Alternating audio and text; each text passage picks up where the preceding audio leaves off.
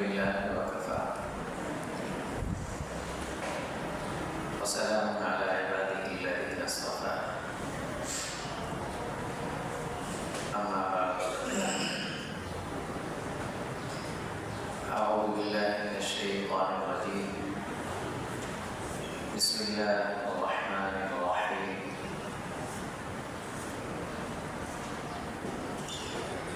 يا أيها الذين آمنوا كتب عليكم الصيام كما كتب على الذين من قبلكم لعلكم تتقون صدق الله مولانا العظيم اللهم صل على جسد محمد في الأجساد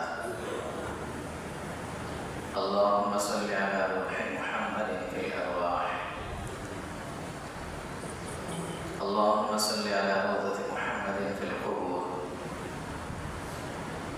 اللهم صل على بلد محمد في البلاد وعلى آله وصحبه وسلم تسليما كثيرا كثيرا اللهم انفعنا بما علمتنا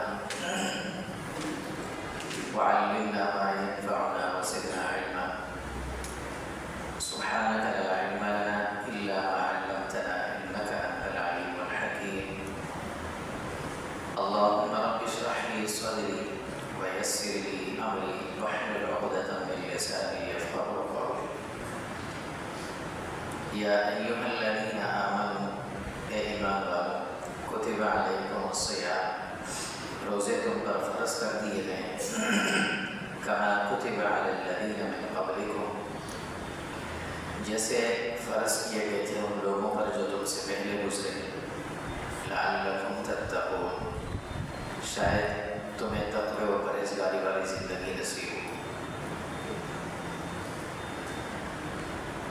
اللہ سبحانہ و تعالیٰ کی مخلوقات میں انسان بے شک سب سے افضل ہے، لیکن اللہ نے اس کے اندر دونوں مادے رکھے، دونوں صفات رکھی، ایک ہے صفت روحانیت اور ایک ہے صفت حیوانیت، دونوں جماعت۔ روحانی صفت روحانیت یہ فرشتوں والی صفت ہے جس کا تعلق مع اللہ ہوتا ہے، اور حیوانیت اور بہیمیت یہ جانور اور درندوں والی صفت ہے، دونوں اس کے اندر اللہ نے رکھی۔ وہ الگ بات ہے کہ کبھی صفت روحانیت نظر آتی ہے اور کبھی اس کی صفت حیوانیت نظر آتی ہے، رکھی اللہ نے دونوں۔ انسان کو یہ بات بھی اللہ نے سمجھائی ہے انبیاء کے ذریعے سے کہ انسان کی سعادت، اس کی کامیابی، اس کی فلاح کا مدار اللہ رب العزت نے اس روحانی اور ملکوتی صفت پر رکھا ہے جو فرشتوں والی ہے، کہ وہ صفت روحانیت صفت حیوانیت پر غالب رہے تو یہ انسان کی سعادت اور اس کی کامیابی ہے،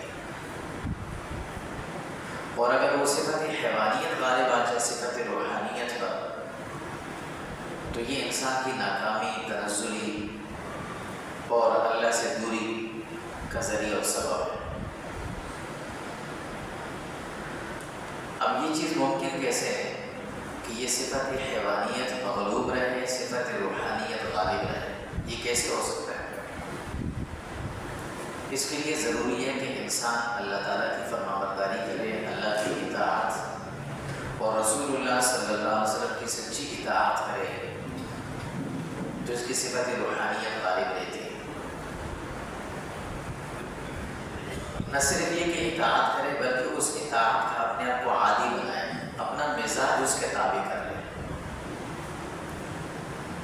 اور اپنا مزاج ایسے تابع کرے کہ رسول اللہ صلی اللہ علیہ وسلم کی سنت ہو، اللہ تعالیٰ کا حکم ہو، اسے پورا کرنا ایسے اس کی اندر ایسی تڑپ ہو جیسے انسان کو بھوک لگتی ہے یا پیاس لگتی ہے، ایسے ہو تو اس سے اس کی روحانیت غالب رہے گی اور یہ ہمیشہ کامیابی کے سفر پر رہے گا۔ وہ حدود جو اللہ تعالیٰ نے انسان کے لیے مقرر کی ہے یہ اس کا تابع دار رہے گا اور حدود کی پابندی بھی کرے گا، اور پھر یہ ساتھ ساتھ یہ بھی کرے گا حتی الامکان سرکشی نافرمانی سے اپنے آپ کو دور رکھے۔ تو یہ ساری چیزیں جب ایک اپنے اعتدال پر رہیں گی تو انسان کامیابی کے سفر پر رہتا ہے۔ اور یہ جو روحانیت انسان کے اندر اللہ نے رکھی ہے یہ غالب کب آتی ہے؟ جب انسان کے اندر اللہ رب العزت نے ایک طاقت رکھی ہے جس کا نام ہے نفس، اس نفس کو مغلوب کیا جائے تو صفت روحانیت غالب ہو جاتی ہے، حیوانیت مغلوب ہو جاتی ہے، درندگی مغلوب ختم ہو جاتی ہے، اور اللہ کی اطاعت، اللہ کی عبادت، اللہ کی محبت کا غلبہ انسان پر آنے لگتا ہے۔ اور اس نفس کی مغلوبیت اور روحانی صفت کے غلبے کے لیے اللہ رب العزت نے ایک چیز ہمیں عطا کی جس کا نام ہے روزہ۔ تو رمضان مبارک کا روزہ اللہ تعالیٰ نے ہر سال ایک مہینہ اس لیے رکھا ہے کہ اس ایک مہینے کی جہد، ایک مہینے کی محنت، اس کی کوشش سے انسان کے اندر جو روحانی صفت ہے وہ غالب آ جاتی ہے، اور جو بہیمیت اور حیوانیت ہے وہ مغلوب ہو جاتی ہے، دب جاتی ہے۔ اس لیے اللہ رب العزت نے یہ روزہ رکھا۔ نبوت کے جتنے بھی مقاصد اللہ رب العزت نے بیان کیے ان میں سے سب سے اعلیٰ اور سب سے جو مقدم مقصد ہے وہ یہ کہ تزکیہ نفس وَيُزَكِّيهِمْ۔ اللہ تعالیٰ فرماتے ہیں انبیاء کو ہم نے کس لیے بھیجا؟ وَيُزَكِّيهِمْ، وہ لوگوں کا تزکیہ کر، ان کو ان کے باطن کی صفائی کریں، ان کی صفت روحانیت کو ابھاریں اور ان کی صفت حیوانیت کو دبا کر مغلوب کر کے ختم کر دیں۔ یہ انبیاء علیہ السلام کی بعثت کا مقصد ہے۔ اسی لیے اللہ رب العزت نے تمام امتوں پر روزہ رکھا ہے، ہر امت کے اندر روزہ تھا، روزہ ہر امت پر فرض تھا۔ اللہ فرماتے ہیں کما کتب علی الذین من قبلکم، ان لوگوں پر بھی تھا جو تم سے پہلے تھے۔ وجہ یہ تھی کہ اس صفت کی ضرورت ہر دور میں ہر انسان اور ہر آدمی کو ہے، کہ ہر آدمی، ہر فرد کی روحانی صفت غالب ہے، اور انبیاء اسی پر محنت کرتے تھے۔ تو تمام شریعتوں میں اللہ نے روزے کا حکم اسی لیے رکھا تاکہ اس کے اندر جو صفت حیوانیت ہے، صفت بہیمیت ہے، وہ دب جائے، نفس امارہ دبا رہے، تو انسان کا نفس مطمئنہ یہ پھر غالب رہتا ہے، انسان کی روحانیت غالب رہتی ہے، تعلق مع اللہ غالب رہتا ہے۔ یہ ہے مقصد روزے کا۔ ویسے تو اس کے بڑے مقاصد ہیں، اللہ رب العزت نے روزہ کیوں رکھا ہے؟ اس لیے کہ اس کے ذریعے انسان اللہ کے قریب ہوتے ہیں، قرب الہی حاصل ہوتا ہے انسان۔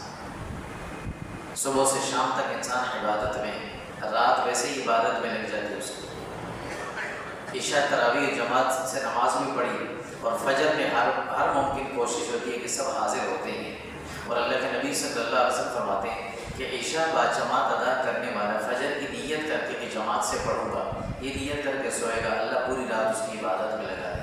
تو اس سے اندازہ ہوا کہ رمضان کا 24 گھنٹے جو یہ عبادت ہوتا ہے، اس سے اللہ کا قرب حاصل ہوتا ہے۔ کوشش یہ کرے انسان کہ اس عبادت کے اندر درمیان میں ایسا کوئی عمل، کوئی ایسا قول، ایسا فعل نہ آئے جس کی وجہ سے اس عبادت کے اندر خلل پیدا ہو۔ پھر روزے کا مقصد کیا ہے؟ اللہ تعالیٰ کا خوف اور فکر آخرت، اللہ کا خوف دل میں پیدا ہوتا ہے، انسان کوشش کرتا ہے کہ میں برائیوں سے دور رہوں، یہ من جانب اللہ ہوتا ہے۔ فکر آخرت انسان کو لاحق رہتی ہے، ہر وقت عبادت میں کوشش کرتے ہیں کہ میرا پورا وقت عبادت میں گزر جائے۔ پھر اس کا مقصد زہد اور تقوی بھی ہے، اس کے ذریعے سے انسان کو پاکی حاصل ہوتی ہے، زہد حاصل ہوتا ہے، تقوی حاصل ہوتا ہے، بری چیزوں سے، برائیوں سے اپنے آپ کو دور رکھنے کی کوشش کرتا ہے انسان۔ یہ روزے کا مقصد ہے۔ پھر اس کا ایک مقصد یہ بھی کہ اس کے ذریعے انسان کے اخلاق پر اثر پڑتا ہے، اللہ تعالیٰ انسان کو اخلاق حسنہ نصیب فرماتے ہیں، یہ روزے کی برکت سے ہوتا ہے۔ اس مقصد کو بھی مد نظر رکھنا چاہیے کہ ہم کوشش یہ کریں کہ رمضان المبارک کے مہینے میں یہ ساری صفات ہمارے اندر آئیں۔ اسی طرح سخاوت کی صفت ہے۔ عبداللہ بن عباس رضی اللہ تعالیٰ عنہ فرماتے ہیں کہ رسول اللہ صلی اللہ علیہ وسلم کو اللہ تعالیٰ نے صفت سخاوت بڑی دی تھی، بڑے سخی تھی، لیکن جب رمضان المبارک کا مہینہ آتا تھا تو آپ بہت زیادہ سخاوت فرماتے تھے، جو آتا خوب خرچ کرتے تھے، بہت زیادہ سخاوت۔ تو صفت سخاوت اپنے اندر پیدا کر لیجیے، اور یہ سخاوت کی صفت اللہ تعالیٰ کو پسند ہے۔ انسان جب سخی ہوتا ہے تو اللہ کے نبی صلی اللہ علیہ وسلم فرماتے ہیں السخی قریب من الناس و قریب من اللہ، وہ لوگوں کے بھی قریب رہتے ہیں، اللہ کے بھی قریب رہتے ہیں، اور اللہ کے قریب جو سخی آدمی اللہ کے قریب ہے اللہ اسے کبھی فخر میں مبتلا نہیں کریں گے، اس کی سخاوت کے بدلے اس کو خوب مزید ادا کریں گے۔ اسی طرح اس مہینے کے اندر انسان اپنے اندر احسان کی صفت پیدا کرے۔ احسان کہتے ہیں کس کو؟ احسان اسے کہتے ہیں کسی کے ساتھ نیکی کرو اس سوچ سے ہٹ کر کے یہ کچھ کیا کرے گا، یہ مجھے جواب میں کیا دے گا، یہ مجھے جواب میں کیا کہے گا، اس سے ہٹ کر کسی کے ساتھ احسان جو بھی ہے اس کے ساتھ نیکی کرنا، یہ صفت اپنے اندر پیدا کرنی چاہیے کہ رمضان المبارک کی جو مقاصد ان میں سے۔ اسی طرح جذبہ ایثار، اپنا حق چھوڑ دینا، یہ بہت بڑی کامل صفت ہے۔ جذبہ قربانی، اپنا حق چھوڑ دینا دوسرے کے لیے، اسے فائدہ ہو جائے مجھے بے شک فائدہ نہ ہو، یہ اپنے اندر پیدا کرنا چاہیے۔ رمضان المبارک کا مہینہ ہمیں یہ چیزیں سکھاتا ہے۔ اسی طرح رمضان ہمیں یہ بھی درس دیتا ہے کہ آپس میں انس اور محبت ہو، پڑوس والے، محلے والے، ایک مسجد میں نماز پڑھنے والے، ایک مارکیٹ میں کام کرنے والے، ایک شعبہ زندگی سے تعلق رکھنے والے، ان کا آپس میں گہرا تعلق ہو، محبت والا تعلق ہو، یہ رمضان ہمیں سکھاتا ہے۔ پھر ہمیں یہ بھی سکھاتا ہے کہ آپس میں صرف تعلق نہ ہو، آپس میں اخوت ہو، ہمدردی ہو، ایسا تعلق ہو کہ دوسرے کے جذبے ہمدردی دل کے اندر پیدا ہو، کہ کس طرح میں کسی دوسرے کو فائدہ پہنچا رہا ہوں، کیسے ہو کہ میں اس کے ساتھ کوئی نیکی ایسی کر دوں کہ جس سے میں جس نیکی کو کرنے کے بعد میں اس سے آگے نکل جاؤں۔ اسی طرح رمضان مبارک ہمیں جو سکھاتا ہے وہ نرم مزاجی، اس کا بھی تقاضا ہے، گفتگو میں نرمی ہو، سختی نہ ہو کسی کے ساتھ، لڑائی جھگڑے نہ ہو کسی کے ساتھ۔ رمضان مبارک میں عموماً یہ بات کہتے ہیں لوگ کہ بھائی روزہ ہے، روزہ لگ گیا، روزہ نہیں لگتا کسی کو، روزہ تو اللہ کی طرف سے ایک عبادت ہے، اور گناہ کی نسبت ہم خود غصہ کریں، کسی سے لڑیں اور نسبت کریں روزے کی طرف کہ روزے نے کر دیا، یہ غلط بات ہے۔ شیطان غالب آ جاتا ہے، نفس غالب آ جاتا ہے، اسے ہی تو مغلوب کرنا ہے۔ روزہ کسی کے ہماری مشق کا نام تو ہے کہ اپنی گفتگو کو نرم رکھنا ہے، نرم مزاجی کے ساتھ گفتگو کرنی، جس سے بھی کرنی، سخت مزاجی نہ ہو، خوش کلامی ہو، بد کلامی کسی کے ساتھ، کوئی اگر سخت انداز سے بات تخ لہجے میں بات بھی کرے تو رمضان کا مہینہ روزہ ہمیں یہ سکھاتا ہے کہ یہ کہہ کر خاموش اپنے آپ کو تسلی دیتے کہ میں تو روزے سے، میں اپنا روزہ کیوں خراب کروں، یہ کہہ کر خاموشی اختیار کرنا، یہ خاموشی اختیار کرنا یہ ہار نہیں ہے، یہ کمزوری نہیں ہے، یہ جیت ہے، یہ بہادری کی نشانی ہے، خاموشی اختیار کر لیں۔ اسی طرح رمضان ہمیں یہ بھی سکھاتا ہے کہ ہم آپس میں اس طرح سے کہ ہمارے اندر صفت تواضع پیدا ہو، عاجزی پیدا ہو، انکساری پیدا ہو، ہر وقت اللہ سے تعلق ہو، اپنے آپ کو بالکل عاجز سمجھ کر، کمزور سمجھ کر، ساری دنیا کے انسانوں سے اپنے کو کمتر سمجھ کر اللہ کے سامنے پیش ہو کہ اللہ سب نیکیوں میں مجھ سے آگے ہیں، میں نیکیوں میں سب سے پیچھے ہوں، گناہوں میں میرے پاس بہت زیادہ ہیں، اس طرح اپنے آپ کو عاجز کر کے اللہ کے سامنے پیش کرنا، اللہ کو یہ صفت بڑی پسند ہے۔ تو رمضان ہمیں اس چیز کی ترغیب دیتا ہے کہ یہ صفت اپنے اندر پیدا کی ہے، قناعت والی صفت ہو، حرص والی نہ ہو، اللہ نے جو دیا اس پر صبر، اسی پر اللہ کا شکر، توکل، یہ قناعت والی صفت اپنے اندر انسان پیدا کرے۔ اور سب سے بڑی چیز صبر اور شکر ہے، یہ تو بہت بڑی بات ہے، صبر اور شکر۔ رسول اللہ صلی اللہ علیہ وسلم فرماتے ہیں کہ اللہ تعالیٰ نے اس امت کے ہر فرد کے لیے دونوں طرف بھلائی رکھی ہے، اگر وہ کسی تکلیف میں آتا ہے، پریشانی میں آتا ہے، صبر کرتا ہے تب اجر ملتا ہے، اور اگر وہ تکلیف ختم ہوتی ہے، اسے نعمتیں ملنا شروع ہو جاتی ہیں، راحت اور کشادگی کے دن شروع ہو جاتے ہیں، اس پر شکر کرتے ہیں، پھر بھی اللہ خوش۔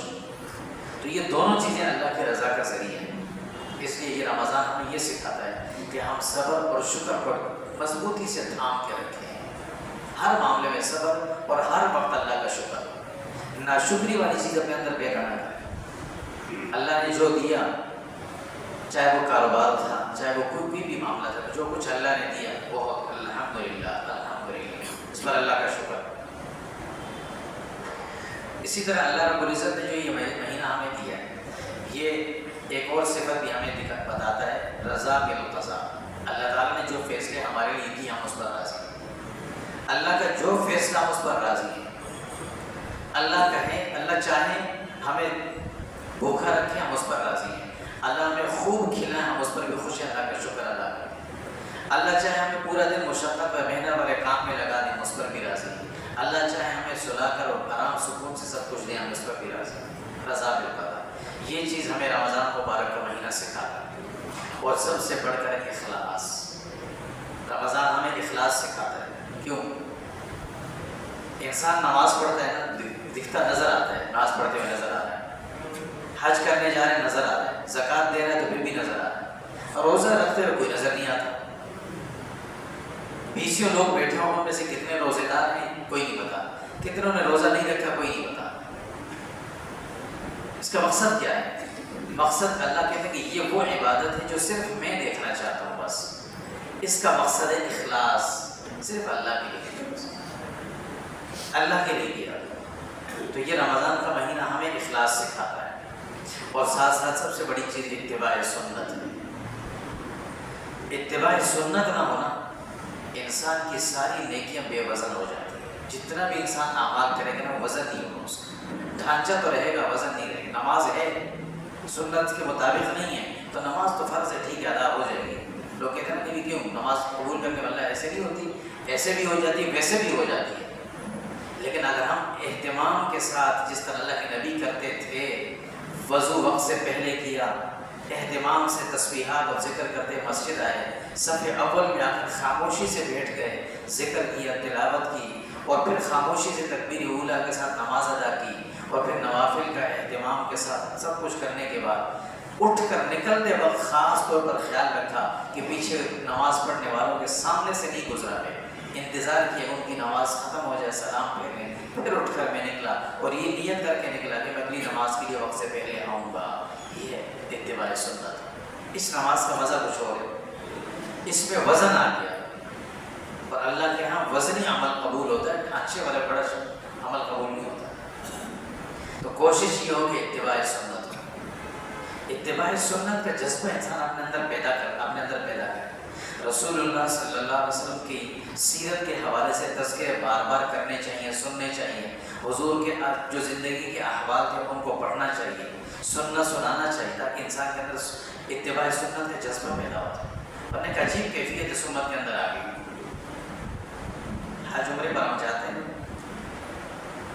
داڑھی شیو کر لیں گے، لیکن بال کٹانے کے لیے یار مشکل ہو رہا ہے، سر کیسے کٹے گا؟ عجیب لگتی ہے یہ بات. رسول اللہ صلی اللہ علیہ وسلم نے اپنا سر تو مڑوایا تھا، لیکن ہم سے نہیں ہوتا. یار پتہ نہیں کیسے ہوگا، مشکل لگتا ہے یار. شیو کرنا آسان لگتا ہے. اللہ کے نبی کے پاس جائے انسان، سلام بھی کرنا ہے، کیسے اللہ کے نبی خوش ہوں یار اتنی چھوٹی سی سنت پہ عمل نہیں کر سکتا تو مجھے ملنے کیوں آیا ہے؟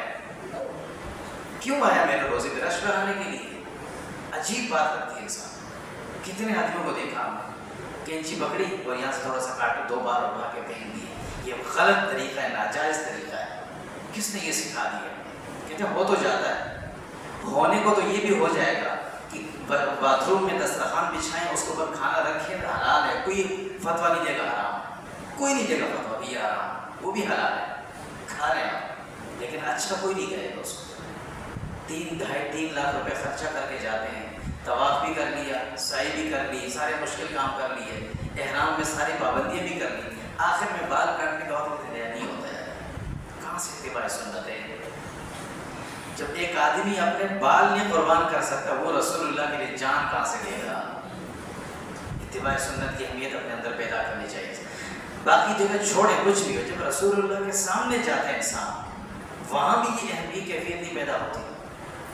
خیر، اتباع سنت کے ساتھ ساتھ صدق، سچائی. اللہ کے نبی کو یہ بڑی پسند تھی. جھوٹ اور کذب اور غلط بیانی اسے مکمل طور پر ترک کر دیا جائے۔ رمضان ہمیں یہ دعوت دیتا ہے کہ یہ اتباع یہ چیز اپنائی ہے، صدق اپنائے، اور ساتھ ساتھ ترک معصیت، گناہوں کو چھوڑنا، اس کا بھی اہتمام ہونا چاہیے۔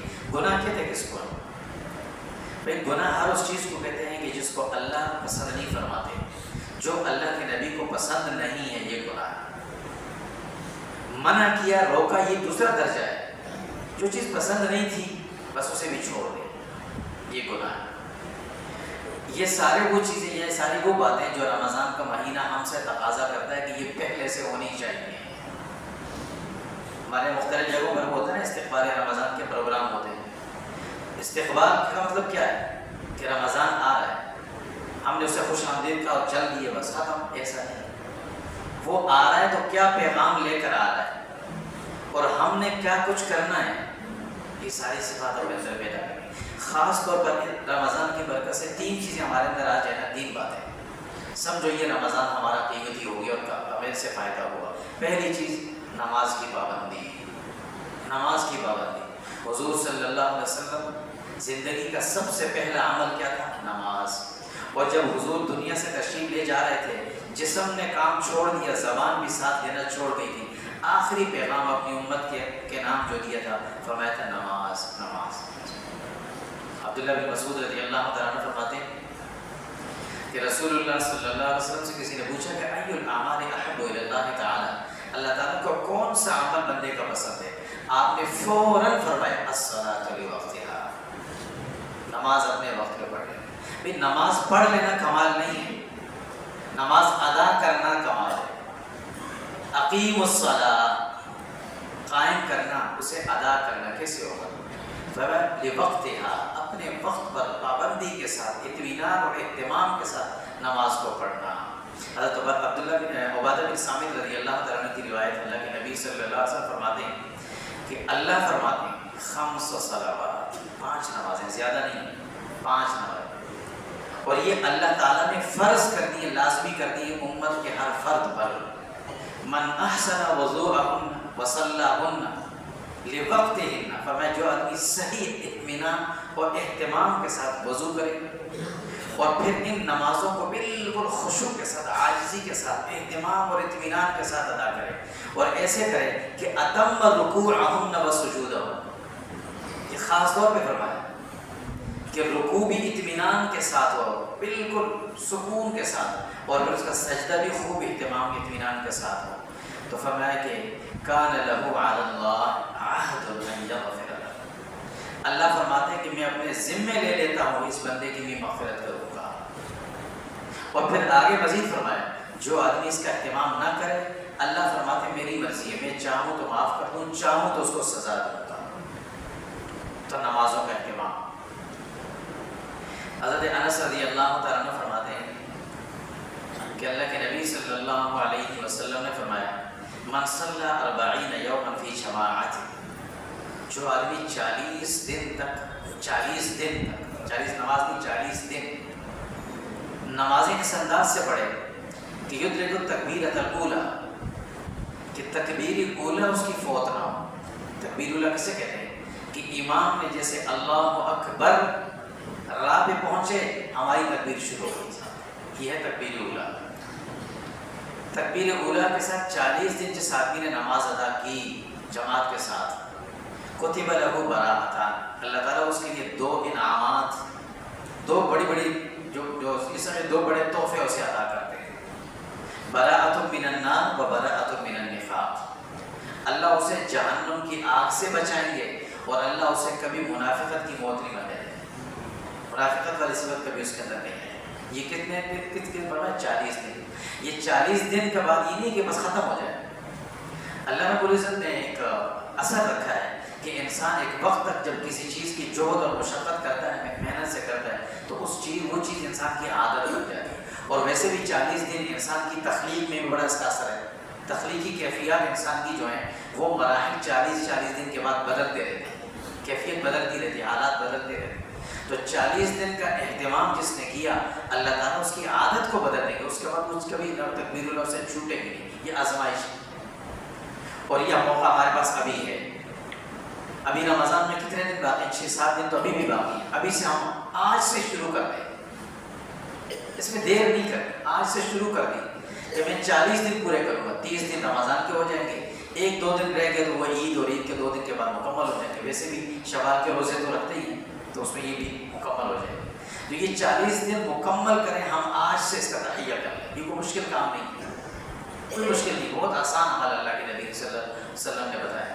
اس کا اہتمام شروع کر دیں, اور انشاءاللہ یہ جب شروع ہو جائے گی, 40 دن پورے ہو گئے نا, پھر تکبیر اولیٰ جب چھوٹے گی نا, انسان کو ایسے لگے کہ مجھے کسی نے بہت بڑی گالی دی, مجھے کسی نے مارا ہے, سکون نہیں آئے گا اسے. وہ سب کچھ چھوڑ دے گا, اپنی تکبیر اولیٰ نہیں چھوڑے گا. ایسی اللہ عادت بنا دیتے ہیں, یہ اللہ کی طرف سے ہوتا ہے. لیکن اس کا اہتمام ہم نے کرنا ہے. انشاءاللہ تہیہ کریں, دل میں سب کریں گے انشاءاللہ.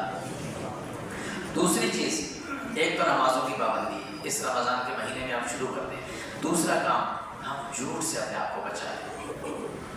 جھوٹ بولنا چھوڑ دیں, نہ مذاقاً بولیں اور نہ کسی عام کیفیت کا بولیں, بالکل چھوڑ دیں. جھوٹ میں جب بالکل مکمل ترک کر دیا جائے, اللہ تعالیٰ انسان کی زندگی کو بدل دے. اس جھوٹ کی وجہ سے فرشتوں کی معیت ہم سے دور ہو گئی ہے, ہمیں نقصانات ہوتے رہتے ہیں. کاروبار میں نقصان ہو رہا ہے, مالی نقصان ہو رہا ہے, جسمانی نقصان ہو رہا ہے, حادثات ہو رہے ہیں. کیوں ہو رہے ہیں؟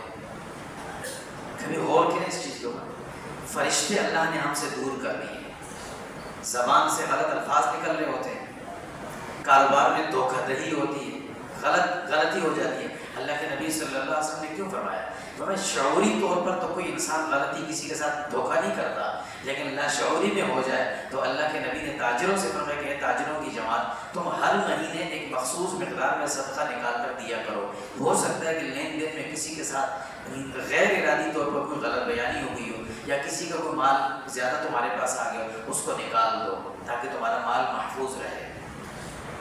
تو اس کا اہتمام کریں. اس رمضان سے نیت کرنی چاہیے کہ ہم اس رمضان مبارک میں دھوکہ دہی نہیں کریں گے, کسی کو نقصان نہیں پہنچائیں گے, کسی کے ساتھ جھوٹی گفتگو نہیں کریں گے, چاہے لین دین کا معاملہ ہو چاہے ویسے معاملات.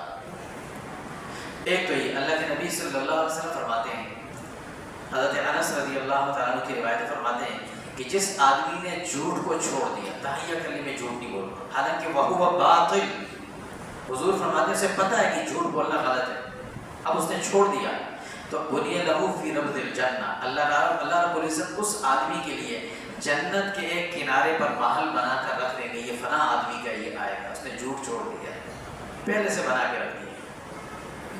ومن ترک المراءۃ وهو محق, فرمایا جو آدمی حق پر ہونے کے باوجود کسی سے لڑنا چھوڑ دے, میں نہیں لڑتا, جھگڑا چھوڑ دے, فرمایا بنی لہو فی وسطها, اللہ رب العزت جنت کے درمیان میں اسے گھر بنا کر دیں گے. ومن حسن خلقه بنی له فی اعلیٰ, اور جس آدمی نے اپنے اخلاق اچھے کر لیے, اللہ اسے جنت کے اعلیٰ مرتبے پر گھر بنا کر پہلے سے دیں گے. کتنا بڑا مقام ہے. تو اس کے لیے ہم تہیہ کر لیں کہ اس رمضان کے مہینے سے میں نے انشاءاللہ جھوٹ نہیں بولنا, اور جب یہ 40 دن ہم اس کا اہتمام کریں گے, آگے اللہ اس صفت کو خود بخود ہی ختم کر دیں گے, خود بخود ختم ہو جائے گا. اور تیسرا جو کام ہے وہ ہے رمضان المبارک کے مہینے میں جو تاجر کاروباری حضرات ہیں, چھوٹے ہوں یا بڑے ہوں, ٹھیلے سے لے کر بڑے ہول سیلر تک, اس بات کا خیال رکھیں کہ ناجائز منافع اور کمائی سے اپنے آپ کو بچائیں. یہ دنیا کی بھی تباہی ہے, آخرت کی بھی تباہی. دیکھیں رمضان کا مہینہ آتا ہے, آہستہ آہستہ ہم لوگوں کی سوچ بن گئی ہے. ایک ٹھیلے والے کی بھی سوچ بن گئی, میرا سیزن آ گیا. ایک فروٹ لگانے والا بھی کہتے ہیں میرا سیزن آ گیا, سبزی والا بھی کہتا ہے میرا سیزن آ گیا, اور بڑے سے بڑے کاروباری بھی کہتے ہیں میرا سیزن آ گیا. اب جہاں 100 روپے کمانے ہوتے ہیں اس نے وہ 1000 روپے مہنگی چیز بیچتا ہے. یہ نہ کریں. ٹھیک ہے, کچھ لوگ کہتے ہیں ہمارے بس میں نہیں ہے, جن کے بس میں ہے وہ تو کوشش کریں اس سے اپنے آپ کو بچائیں. دیکھیں رمضان مبارک نیکیاں کمانے کا ذریعہ تو ہے, لوگوں کو لوٹنے کا نہیں ہے, ڈکیتی مارنے کا نہیں ہے. یہ ڈکیتی ہے قسم کہ رمضان کا مہینہ آتا ہے, وہی فروٹ, وہی پھل, وہی سبزی جو رمضان سے پہلے ہمیں 30, 50, 100 روپے میں ملتی تھی, وہ 200, 400 روپے کی ملنے لگ جاتی ہے. ہم اس زیادہ اتنا کرتے ہیں, ہم ٹھیلے والے سے لڑنا شروع کر دیں گے. اس بیچارے کا بھی قصور نہیں ہے, وہ جو پیچھے لوگ بیٹھے جو بڑے ہیں ان تک ہی بات. اور یہ بڑوں کی ذمہ داری، حکومت وقت کی ذمہ داری ہوتی ہے کہ رمضان کے مہینے کو لوگوں کے لیے عذاب کا ذریعہ نہ بنائے، سبب نہ بنائے. غریب عوام کے لیے اس کو سکون کو، اطمینان کو اور سکون سے تسلی سے عبادت کرنے کا ذریعہ بنائے. جو وہ بیچارہ یہ نہ سوچے کہ میں تو آج پھل نہیں خرید سکتا، آج تو میں گوشت نہیں خرید سکتا، آج تو میں سبزی بھی نہیں خرید سکتا. یہ نہ سوچے. یہ حالات کیوں پیدا ہوتے ہیں؟ دنیا میں مختلف اقوام کے مختلف تہوار ہوتے ہیں، ہر قوم اپنے تہوار پر عوام کے اندر چیزیں سستی کر دیتی ہیں، اور ہمارے پاس جب رمضان آتا ہے تو مشکل بن جاتا ہے. بیچارہ غریب دل میں سوچتا بھی ہوگا کہ پتہ نہیں یہ مہینہ کیوں آتا ہے، نہیں آنا چاہیے. کس کی وجہ سے؟ ہم لوگوں کی وجہ سے. ہم اپنے آپ کو سے ہاں اگر ایک کام نہیں ہو رہا نا، یہ تہیہ کر لیں. ایک چیز سستی نہیں ہو رہی، مارکیٹ سے نہیں آ رہی، ہم اتفاقی طور پر اجتماعی طور پر چھوڑ دیں، میں نہیں خریدیں. جب غریب کی خرید سے دور ہے، میں بھی نہیں خریدتا. 2 دن چھوڑ دیں، 4 دن چھوڑ دیں، دیکھیں یہ پھل اور یہ سبزی اور یہ ساری چیزیں اپنی جگہ پہ آ جائیں، سب کچھ آ جائے گا. یہ کام نہ کریں.